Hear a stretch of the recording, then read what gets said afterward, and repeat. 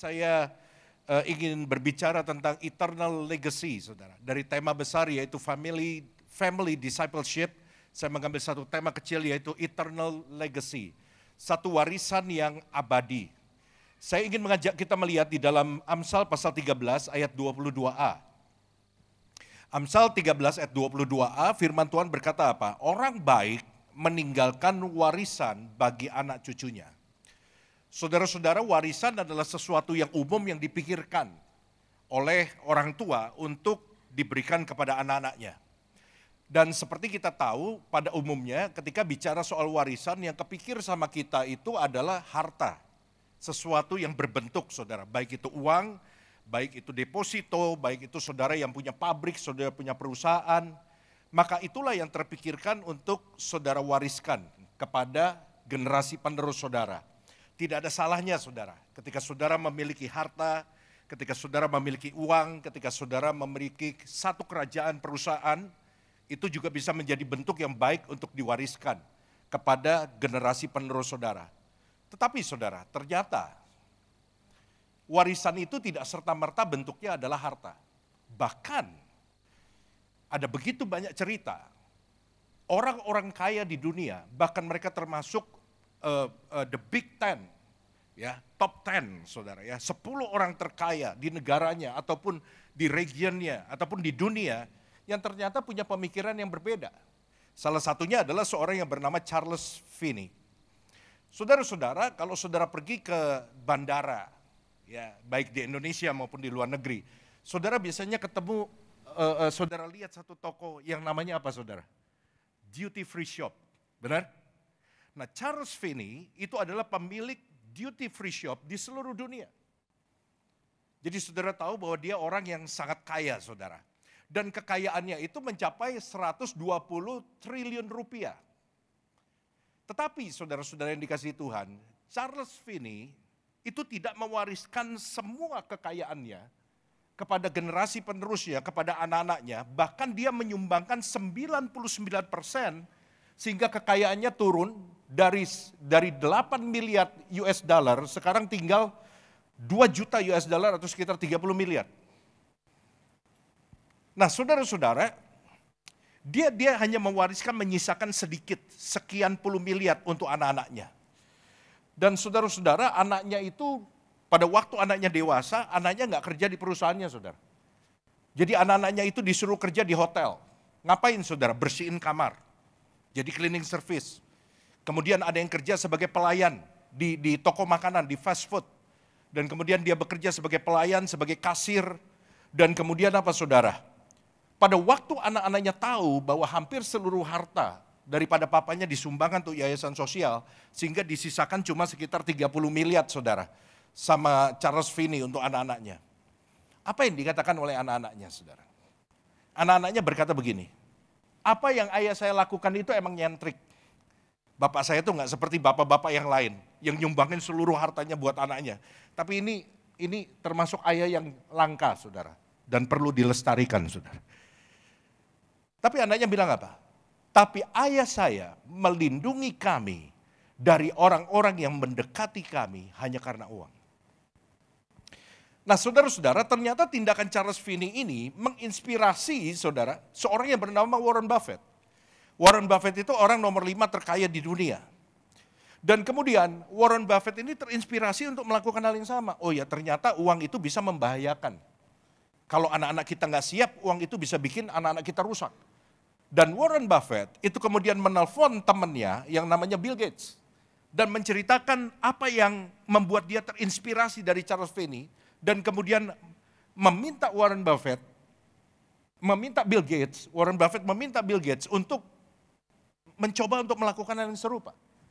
Dan pada akhirnya, saudara, apa yang dilakukan Charles Finney, dilakukan oleh Warren Buffett dan Bill Gates, dan kemudian menginspirasi banyak orang, saudara, untuk aware bahwa terlalu banyak harta yang dititipkan kepada anak-anak yang belum siap, itu akan membahayakan hidup mereka. Sekali lagi saya katakan, saya bukannya anti, bukannya melarang saudara mewariskan harta kepada anak-anak saudara. Tetapi ada begitu banyak orang yang mewariskan harta kepada anak-anaknya, tetapi tidak pernah mewariskan cara mengelola harta. Bisa nangkap maksud saya? Ada terlalu banyak orang yang mewariskan harta kepada anak-anaknya pada waktu dia meninggal, sehingga anak-anaknya hidupnya jadi rusak. Mereka tidak mewariskan bagaimana cara mengelola harta yang benar. Saudara-saudara, Charles Finney mengerti benar satu prinsip yang mengatakan uang adalah hamba yang baik, tetapi uang itu adalah tuan yang jahat. Ketika uang itu menjadi tuan dalam hidup seseorang, dia akan menjadi tuan yang jahat. Ketika seseorang dikendalikan hidupnya oleh uang, maka segala cara dia akan lakukan untuk memperoleh yang namanya uang, tanpa berpikir tentang nilai-nilai yang baik di dalam memperolehnya. Saya kasih contoh satu orang lagi namanya Cornelius Vanderbilt. Cornelius Vanderbilt itu adalah konglomerat pertama di Amerika Serikat. Pada waktu ia jaya, kekayaannya mencapai 2.500 sampai 3.000 triliun, saudara. Nah, menariknya begini, pada tahun 1970-an itu diadakan reuni seluruh keturunan Cornelius Vanderbilt. Ini orang kaya benar, sudah. Dan ketika mereka berkumpul dalam satu reuni tahun 1970-an, maka didapati tidak ada satu orang pun keturunannya yang kaya. Tidak ada satu orang pun keturunannya yang hidupnya makmur, yang hidupnya kaya seperti pendahulunya. Jadi Cornelius Vanderbilt ini hanya membagikan harta, tetapi tidak mengajarkan kepada anak-anaknya bagaimana mengelola harta, saudara. Di satu sisi yang lain, seorang yang bernama John Rockefeller, itu orang yang kaya juga, saudara. Ketika mereka mengadakan reuni, beberapa tahun kemudian mengadakan reuni, dikumpulin dari 150 keturunannya, maka keturunannya ini semuanya hidupnya makmur, saudara. Karena ternyata John Rockefeller mengajarkan kepada generasi penerusnya, itu bukan hanya membagikan harta, dia punya disiplin. Dia mengajarkan ilmu bagaimana untuk mengelola harta, supaya harta ini nggak habis. Saudara-saudara, bicara tentang legacy, bicara soal warisan, itu bukan hanya berbentuk uang, berbentuk pabrik, berbentuk deposito, harta dan lain sebagainya. Saya menulis di sini bahwa legacy is not leaving something for people, it is leaving something in people. Kebanyakan kita memandang legacy itu sesuatu yang kita tinggalkan untuk seseorang, untuk anak kita, untuk generasi kita. Tetapi saya mau katakan bahwa legacy, the eternal legacy is not something that you're living for people, but in people. Di dalam dia. Dan Alkitab memberitahu kepada kita, saudara, ternyata ada beberapa warisan yang disebutkan dalam Alkitab. Kalau Anda berpikir bahwa warisan terbaik adalah harta, Alkitab memberitahu kepada kita bahwa ternyata ada warisan yang nilainya lebih tinggi daripada harta. Nah, saya akan sharing ini, saudara. Dalam waktu yang singkat, ada 3 warisan yang kita bisa berikan buat anak kita. Warisan yang abadi, yang nilainya lebih besar daripada harta. Yang pertama adalah warisan iman. Nah, kalau saudara ingin tahu berapa nilainya iman, 1 Petrus 1 ayat 7 memberitahu kita, iman itu nilainya seberapa besar sih? Maksud semuanya itu ialah untuk membuktikan kemurnian imanmu yang, apa saudara, jauh lebih tinggi nilainya daripada emas yang fana, yang diuji kemurniannya dengan api, sehingga kamu memperoleh puji-pujian dan kemuliaan dan kehormatan pada hari Yesus Kristus menyatakan dirinya. Saudara-saudara, jelas Alkitab berkata inilah nilai dari iman. Alkitab berkata bahwa iman itu nilainya jauh lebih tinggi daripada emas yang fana. Perhatikan kata fana. Kenapa Alkitab nggak pernah mengajarkan kita, Tuhan nggak pernah mengajarkan kita untuk mengandalkan yang namanya uang. Karena di sini Alkitab memberitahu bahwa emas dan perak, harta itu sesuatu yang fana.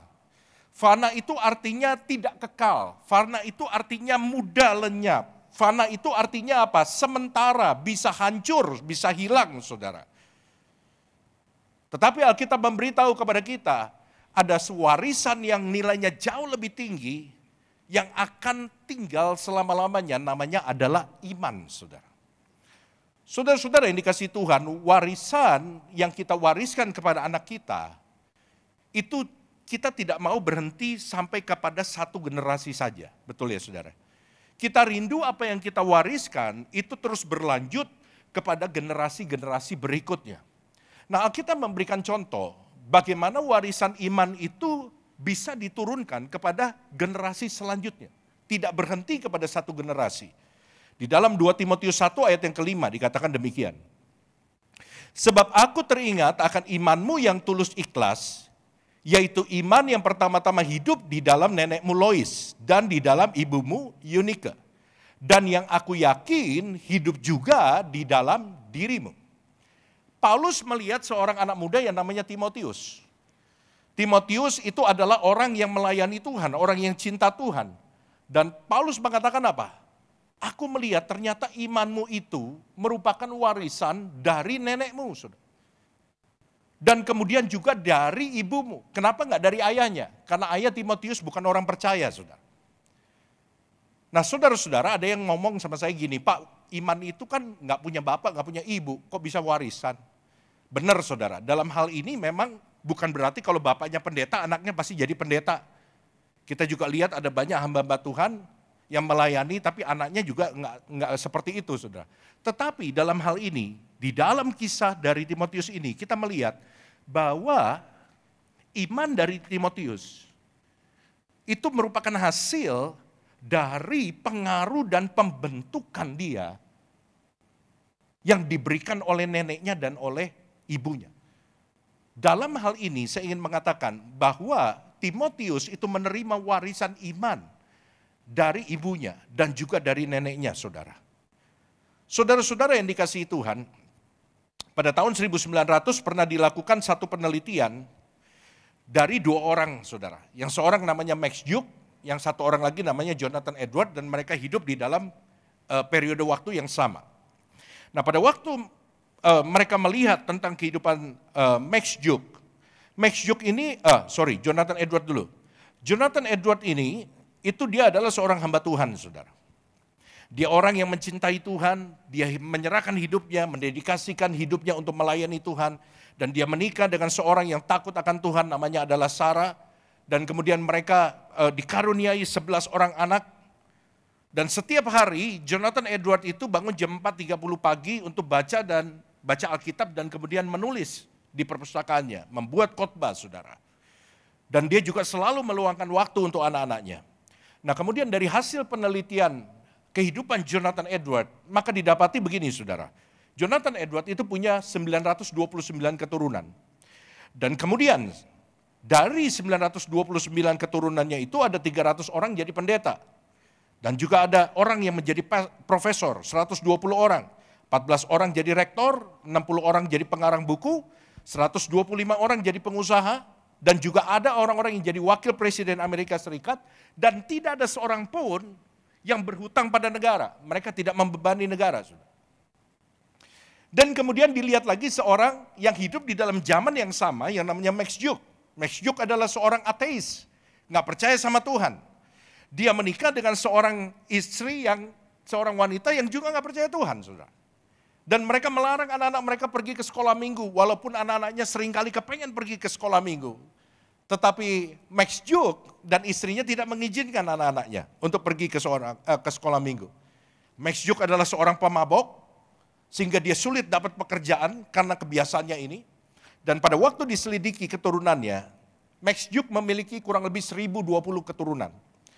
300 orang pernah dipenjara, 440 orang hidup pesta pora dan mabuk-mabukan, 100 orang jadi pecandu alkohol, 310 orang jadi gelandangan, 130 orang jadi pelaku tindak kriminal, 190 orang jadi pelacur, dan kemudian apa? Karena banyak di antara mereka sering keluar masuk penjara, saudara. Mereka membebani negara dengan hutang $1.200.000. Karena masuk penjara, negara mesti kasih makan dan lain sebagainya, ada yang hidup jadi gelandangan. Saudara-saudara yang dikasihi Tuhan, di sini kita bisa melihat sebuah perbedaan yang jelas. Bahwa iman dari orang tua itu sangat berpengaruh di dalam pertumbuhan seorang anak. Dan itu diwariskan kepada anak sejak anak-anak kita masih kecil. Efesus 6 ayat yang keempat, sebelum kita beralih kepada warisan yang nomor 2. Dan kamu bapak-bapak, janganlah bangkitkan amarah di dalam hati anak-anakmu. Tetapi didiklah mereka di dalam ajaran dan nasihat Tuhan. Ada banyak bapak-bapak bilang begini, wah kalau urusan rohani mah itu istri saya lah, istri saya lebih jago doa lah. Kenapa? Karena dia di rumah nggak ada kerjaan. Ya karena nggak ada kerjaan ya lebih baik doa aja lah. Dia lebih banyak baca Alkitab. Kalau saya nggak bisa, saya sibuk. Tetapi Alkitab berkata dengan jelas dalam ayat ini, Bapak-bapak, didiklah anak-anakmu di dalam ajaran dan nasihat Tuhan. Mendidik anak, mengenal Tuhan, itu adalah tugas dari seorang bapak. Mendidik anak untuk takut akan Tuhan, itu juga merupakan tugas dari seorang bapak sebagai imam di dalam keluarga. Jadi saudara-saudara, bapak-bapak yang ada di tempat ini, jangan mengalihkan tugas ini kepada istri saudara. Anda juga harus berperan, justru peran saudara sangat penting sebagai keluarga, sebagai figur, sebagai kepala di dalam keluarga, untuk memperlihatkan kepada anak-anakmu bahwa engkau adalah kepala keluarga yang takut akan Tuhan. Yang setuju katakan amin. Mau berikan dulu tepuk tangan buat Allah kita. Jadi ini yang pertama saudara, warisan yang kata Alkitab itu nilainya jauh lebih tinggi daripada emas dan perak. Warisan yang tidak fana. Alkitab bilang yang pertama yang bisa kita wariskan kepada anak-anak kita, itu namanya adalah warisan iman. Katakan bersama dengan saya, warisan iman. Berapa banyak saudara rindu untuk mewariskan iman kepada anak-anak saudara? Amin. Wariskan iman saudara pada waktu anak-anak saudara masih kecil. Ya, pada waktu anak-anak saudara masih kecil. Warisan yang kedua, yang Alkitab katakan yang berharga, yang tidak akan mati saudara. Namanya warisan nama baik. Warisan nama baik. Ada sebuah kisah, seorang anak yang pergi ke hakim dan kemudian berkata bahwa dia ingin mengganti namanya. Saya nggak mau pakai nama keluarga bapak saya nih. Saya mau ganti namanya. Kenapa? Hakim jadi bingung. Ini jarang-jarang nih terjadi kasus begini. Dan kemudian ditanya sama hakim, kenapa kamu mau ganti nama kamu? Ya, soalnya kalau saya cari di Google, nama bapak saya itu keluarnya semuanya berita yang jelek-jelek. Jadi ibunya bawa dia ke hakim untuk mengganti nama. Karena apa? Karena ibunya takut kalau teman-teman anaknya ini tahu siapa bapaknya, mereka akan bully anak ini. Dan ini kisah nyata saudara. Di sini kita masih melihat bahwa ternyata nama baik kita itu penting saudara. Betul gak saudara? Dan nama baik itu merupakan warisan untuk generasi penerus kita saudara. Satu hari saya jemput anak saya pulang sekolah. Dan kemudian anak saya ngomong begini sudah. Ini kejadian beberapa tahun yang lalu. Jadi, you orang terkenal ya? Kenapa kamu bilang begitu? Ya udah beberapa waktu ini, beberapa teman saya, beberapa teman Ai, dia ngomong pakai ayu gitu sudah ya. Saya mikir kalau zaman dulu saya kecil saya ngomong sama bapak saya, you jangan gitu, habis hidup saya saudara. Cuma sekarang anak-anak kita udah sekolah di internasional, mau gak mau, saya pertama kali anak saya ngomong sama saya, ayu, saya kaget sudah. Ya tapi lama-lama saya biasain. Tapi tetap sama orang tua saya gak pernah bilang, mami you jangan gitu ya. Bisa gak dapat warisan. Jadi dia tanya, Dedi, you orang terkenal ya, kenapa kok Dev ngomong begitu? Ya karena beberapa waktu ini ya, beberapa teman Ai, mereka tanya sama Ai gitu. Dedi orang terkenal ya. Kenapa? Karena Papa Ai kasih tahu Ai itu si Dev itu papanya tuh ini sering muncul di YouTube. Nah saya tahu sih, saya muncul di YouTube karena khotbah di beberapa gereja mereka masukin di YouTube. Tapi saya nanya gini sama anak saya, tolong tanyain sama teman you, suruh tanya sama bapaknya, Dedi itu muncul di YouTube gara-gara apa? Kalau Dedi muncul di YouTube gara-gara terlibat suatu pencurian, penggelapan uang, nah itu Dedi nggak senang. Saudara. Ada beda antara famous dengan notorious. Famous itu terkenal karena hal yang baik. Notorious itu terkenal karena hal yang buruk. Beberapa waktu yang lalu, beberapa hari yang lalu tepatnya, saya dikirimin suatu artikel oleh seseorang. Orang ini suka ngirim artikel saudara sama saya. Dan dia kirim satu artikel dan kemudian artikel ini sebetulnya satu peristiwa yang sudah lama dan saudara juga sudah tahu. Satu kasus, satu perusahaan yang merugikan banyak orang, banyak nasabahnya saudara. Dan kemudian sekarang perusahaan semacam ini ditutup semua. Ada banyak kasus-kasus yang muncul. Yang berhubungan dengan investasi saudara. Dan ketika saya buka itu, Saya mendapati ada beberapa orang yang saya kenal.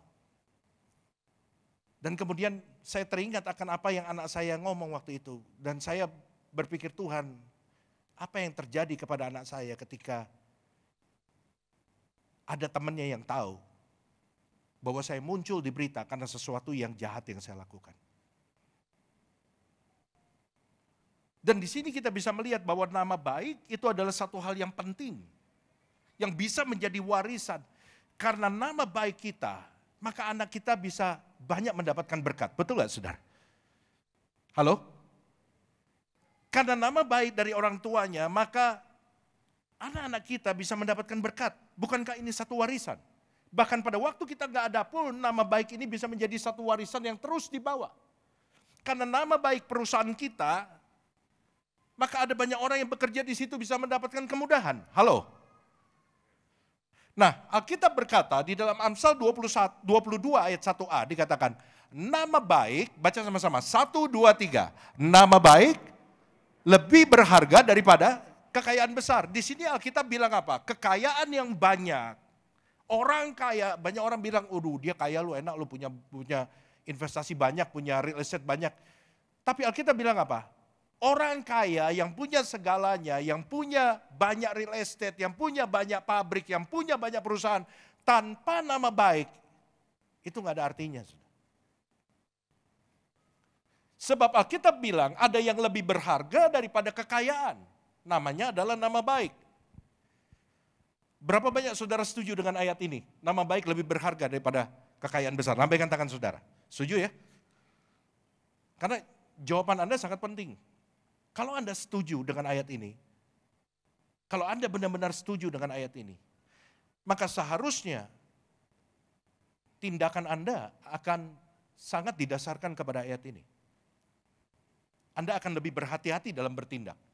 Anda akan lebih berhati-hati di dalam cara berbisnis. Dan itu akan menentukan apa yang Anda wariskan kepada anak Anda. Jika satu hari ada pilihan, mengorbankan harta demi nama baik, atau mengorbankan nama baik demi memperoleh harta. Mana yang Anda pilih? Sekali lagi, jika ada pilihan, tanyakan kepada diri saudara. Mengorbankan harta demi nama baik. Atau mengorbankan nama baik demi harta. Tanyakan kepada diri saudara, apa yang akan saya pilih? Tapi Amsal berkata, pilihlah nama baik. Karena itu jauh lebih berharga daripada kekayaan. Nah, saya ingin sharing sama saudara. Saudara ingat Sakeus ya? Sakeus itu waktu ketemu Tuhan Yesus, Sakeus bilang gini, apa yang kau ambil dari orang itu akan kukembalikan 4 kali lipat. Sebetulnya menurut hukum Taurat, Sakeus cukup mengaku saja dan dia udah dibebasin. Dia nggak perlu bayar.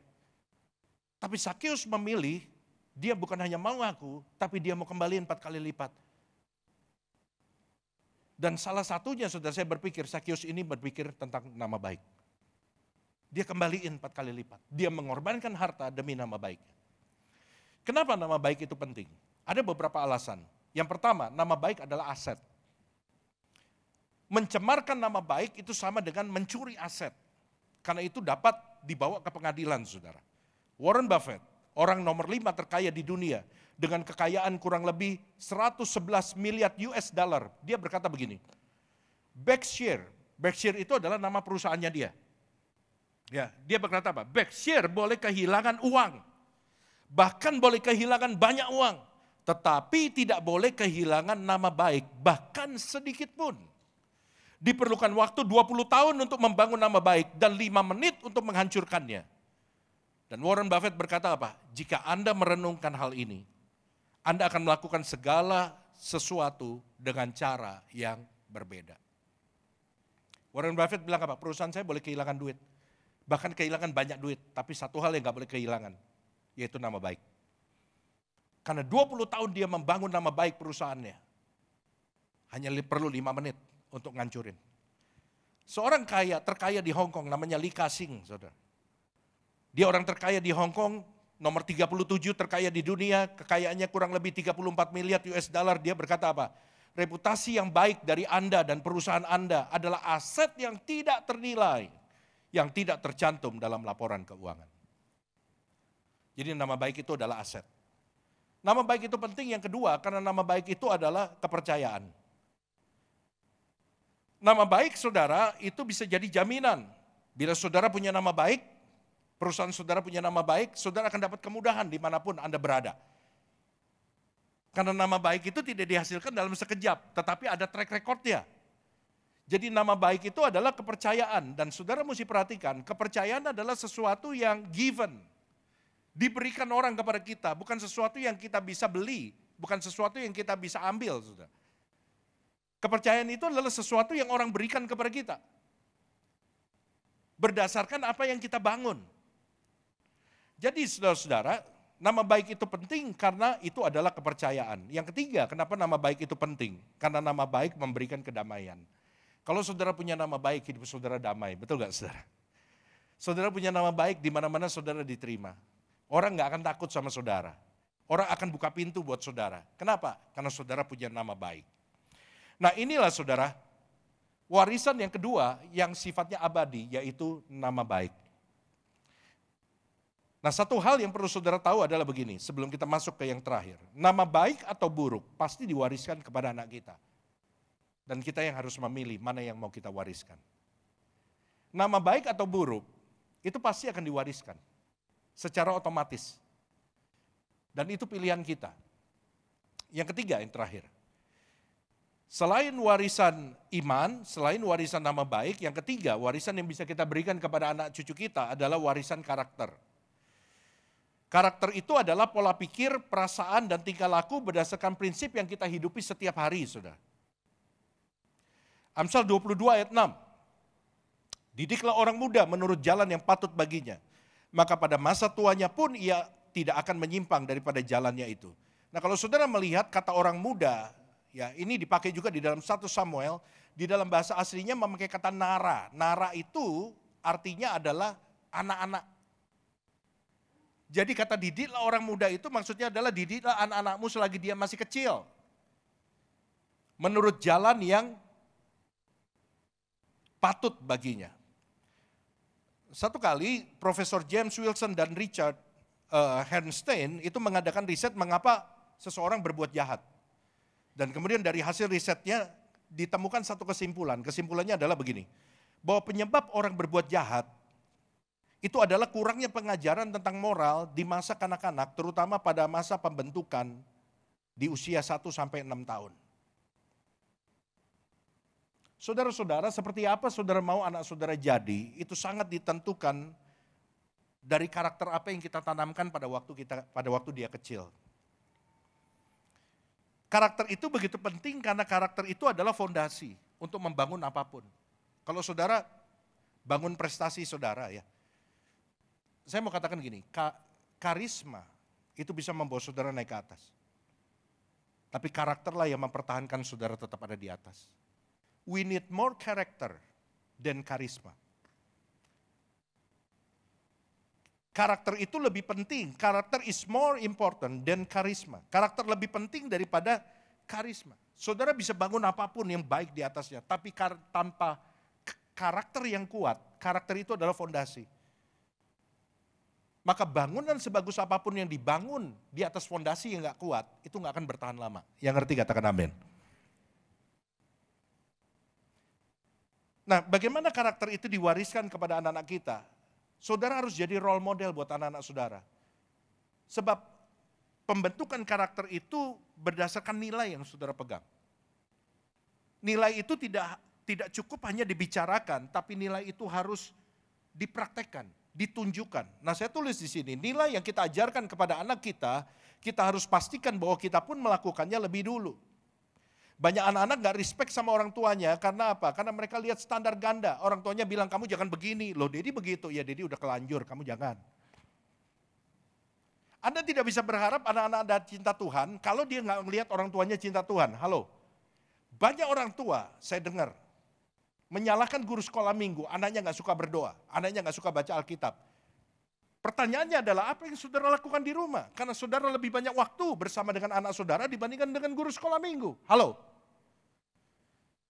Jangan berharap bahwa anakmu jadi suka berdoa, karena anakmu hanya 1 bulan 4 jam di sekolah minggu. Sedangkan saudara punya plenty of time, lebih banyak waktu bersama dengan anak saudara. Apa yang saudara lakukan, apa yang saudara perlihatkan sehingga anakmu tidak suka berdoa? Kalau saudara adalah orang tua yang suka berdoa, suka baca Alkitab, dan anakmu melihat saudara jadi role model, maka ada pengaruh yang diturunkan kepada anak-anak saudara. Nilai-nilai lebih mudah ditangkap pada waktu dipraktekkan daripada dibicarakan. Perkataan itu membangun, tetapi teladan itu menggerakkan. Kalau Anda nggak punya kebiasaan seperti itu, sulit untuk mewariskan. Sebab prinsipnya begini, Anda tidak bisa mewariskan apa yang Anda tidak punya. Saya tulis begitu, sudah. Anda nggak bisa mewariskan apa yang Anda nggak punya. Anda nggak bisa mewariskan kebiasaan yang Anda nggak punya.